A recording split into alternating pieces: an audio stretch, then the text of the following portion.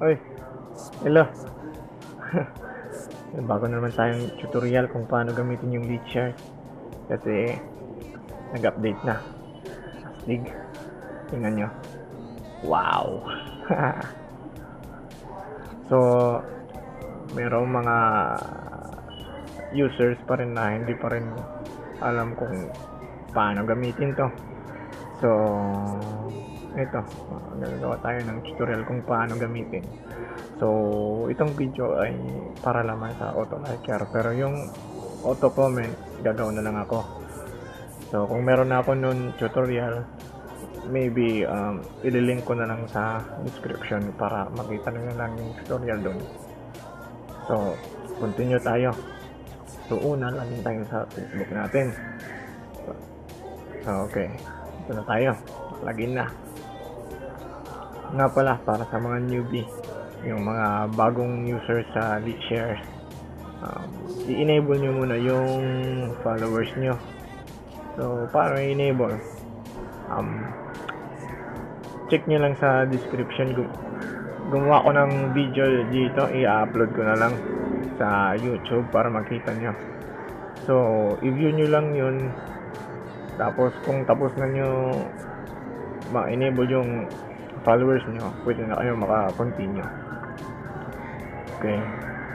Unang-una, punta tayo sa Leadshares website. So, leadshares.com.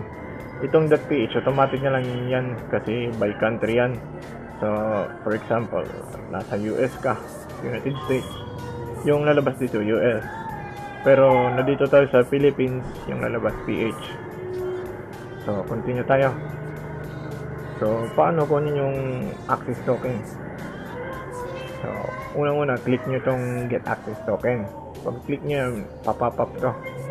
Ito. So, nandito na. Step 1. I-allow daw natin. Allow permission yung HTSense para magamitan yung auto liker o yung auto comment. So, allow natin muna. So, ito may lalabas. Okay lang yan. Hihintay lang tayo ng 5 seconds. Yan na. Kung tapos na, click nyo lang yung skip ad. Wait lang ha. Okay, ito na. Kung dati kang user ng Leadshares, hindi na to pop up. Pero kung bago ka, lalabas to. So, una, so, start na tayo. So, click nyo yung okay. Meron na naman. Click na lang rin yung okay. At last one, okay. Yun. So, meron sasabing success.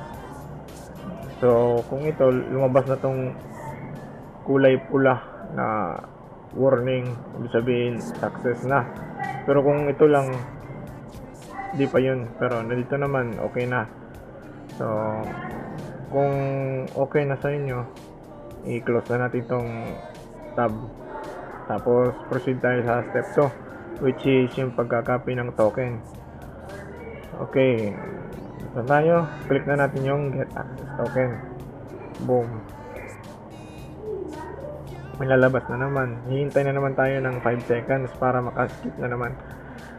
So, bakit ba natin ginagawa to? Kasi gusto natin tulungan yung developer para makapera siya at mag-continue yung pag-develop yung website niya at mag-up para meron pa rin tayong magagamitan na auto liker o auto comment. So, maganda yan. So, skip ad. Okay. So, ito na. Ito yung lalabas. So, meron na kanina na success. Okay na yan. So, dito, i-copy natin yung URL. Yan, copy. Copy nyo. Yan. Kung na-copy na, pwede natin itong tab i-close. At ito rin, pwede na to kasi na-copy na natin yung access token natin. So, close. So, bumalik tayo sa homepage ng Leadshares. So, meron ditong box na sasabi ng access token. At merong parang example dito ng token nyo. So, dito ipipaste natin yung token natin. At dito sa gilid may nakalagay na submit.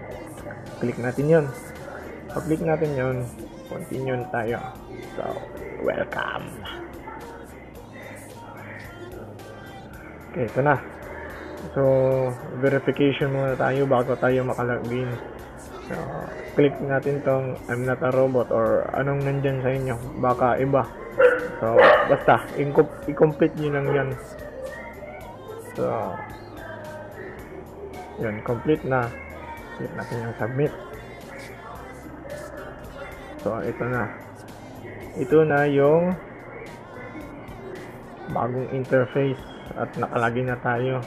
Ito yung mukha mo, yung profile picture mo to, yung name mo sa Facebook, yung country, itong warning kung i-delete mo yung mga token,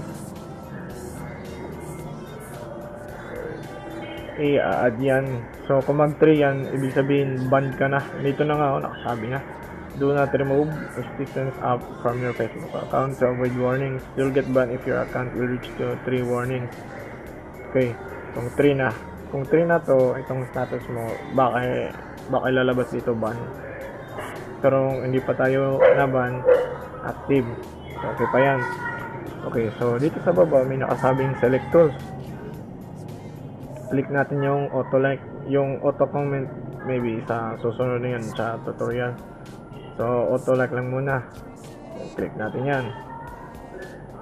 Ahoo! Ito, lalabas na naman. Wait na naman tayo ng 5 seconds at skip na naman tayo. Skip, di ba? Skip madali lang talaga to gamitin. Follow nyo lang ng mabuti. So, ito yung mga past post mo. So, dito sa feed mo, ito yung mga regular post mo na ni-post mo. So, itong pinaka-latest up to, ewan ko, basta may nakasabi na dyan, about 12 hours. So, ito, bago-bago to. Ito, 23 hours na.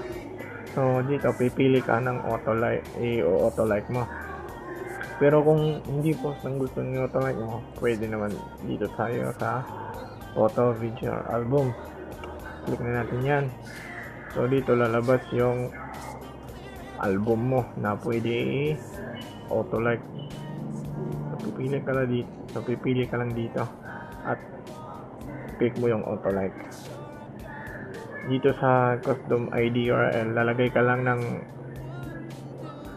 custom post na hindi mo nakikita dito sa feed or yung sa album or photo. So, yung i-example lang muna natin is yung custom ID.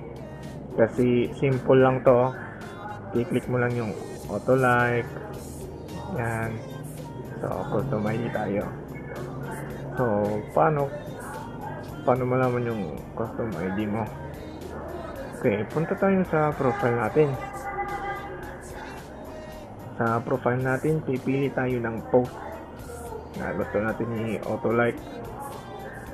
So, pipili tayo. Example lang itong post. So, may nakita na tayong post. So, i-click na natin tong date kung anong date siya ni-post at anong time. So, click na natin yan. So, may pop-up up na parang ganito. So, pag pop up dito sa link sa taas, ito na yung ating post. Ang tawag nun, custom ID or post ID. So, pero masasabi mo, mahaba. So, kukunin lang natin yung specific lamang na post URL para hindi tayo magka-error. So, di ba, FBID. Yung susunod, ito yung post ID mo. Yan. At meron kang makitang parang end sign or ang tawag nito ay ampersand. So, from here, doon sa last, i-delete mo. Yan, delete na. So, ito yung ating kakapihin. Copy at paste natin dito sa blank na box. Paste. Yan.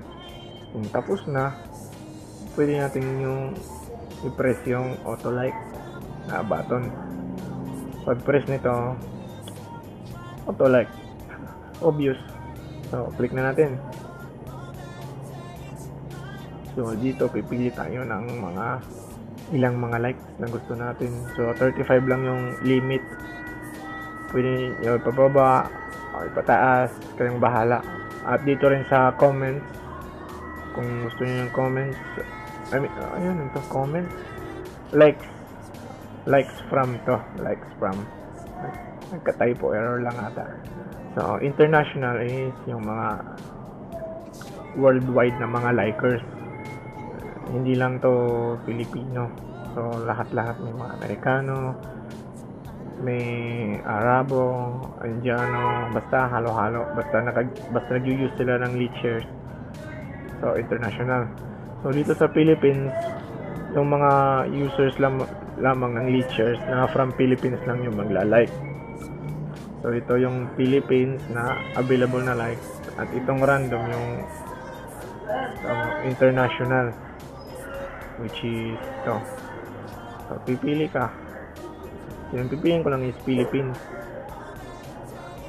So, kung nakapili ka na at nakaset ka na ng mga likes, click mo yung send like para makasend na tayo ng like. So, send.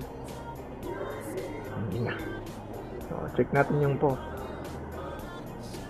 And now, auto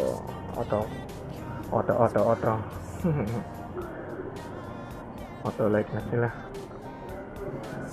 So, kung tapos na or successful na, pwede na kayong mag-continue.